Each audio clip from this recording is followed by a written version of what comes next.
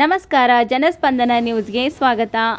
ಜಿಲ್ಲಾ ಪಂಚಾಯತ್ ಉತ್ತರ ಕನ್ನಡಕ್ಕೆ ಉಪ ಕಾರ್ಯದರ್ಶಿ ಹುದ್ದೆಗೆ ಪದೋನ್ನತಿಗೊಂಡ ಕಾರ್ಯನಿರ್ವಾಹಕ ಅಧಿಕಾರಿ ಪ್ರಕಾಶ್ ಹಾಲಮ್ನವರ್ ಹಲವಾರು ವರ್ಷಗಳಿಂದ ಜೋಡಾ, ದಾಂಡೇಲಿ ಮತ್ತು ಹಳಿಯಾಳ ತಾಲೂಕಾ ಪಂಚಾಯತ್ಗಳಲ್ಲಿ ಸೇವೆ ಸಲ್ಲಿಸಿ ಜ್ಯೇಷ್ಠತಾ ಆಧಾರದಲ್ಲಿ ಪದೋನ್ನತಿಗೊಂಡಿದ್ದು, ಅವರ ಆಡಳಿತ ಕಾಲದಲ್ಲಿ ಜೋಡಾ ತಾಲೂಕು ಪಂಚಾಯತಿ ಅಡಿಯಲ್ಲಿ ಬರುವ 7 ಗ್ರಾಮ ಪಂಚಾಯತಿಗೆ ಸ್ವಕಟ್ಟಡಗಳನ್ನು ಒದಗಿಸಿದ್ದಲ್ಲದೆ ತಾಲೂಕಾ ಪಂಚಾಯತ್ ಸಭಾಭವನ ಒದಗಿಸಿದ್ದು, ಕರ ವಸೂಲಿಯಲ್ಲಿ 2018-19ರಲ್ಲಿ ರಾಜ್ಯಕ್ಕೆ ದ್ವಿತೀಯ ಸ್ಥಾನ ಪಡೆದು ಜಿಲ್ಲೆಗೆ ಪ್ರಥಮ ಸ್ಥಾನ ಗಳಿಸಿದ ಹೆಗ್ಗಳಿಕೆ ಇವರದ್ದಾಗಿತ್ತು.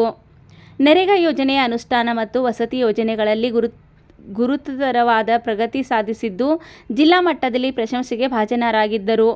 ಹೊಸದಾಗಿ ದಾಂಡೇಲಿ ತಾಲೂಕಾ ಘೋಷಣೆಯಾದ ನಂತರ ಹಲವಾರು ಸವಾಲುಗಳಿದ್ದರೂ ಸಮರ್ಥವಾಗಿ ಎದುರಿಸಿ ಗ್ರಾಮ ಪಂಚಾಯಿತಿಗಳಿಗೆ ಹೊಸ ಕಟ್ಟಡ ಒದಗಿಸಿದ್ದಲ್ಲದೆ ತಾಲೂಕಾ ಪಂಚಾಯತ್ನ ಕಚೇರಿ ಸಕಲ ಸಿದ್ಧತೆಗಳನ್ನು ಅಭಿವೃದ್ಧಿಗೆ ಕುಂಠಿತವಾಗದಂತೆ ಸರಿದೂಗಿಸಿಕೊಂಡು ಹೋಗಿದ್ದು ಅವರ ಕಾರ್ಯವೈಖರಿಗೆ ಮಾದರಿಯಾಗಿದೆ.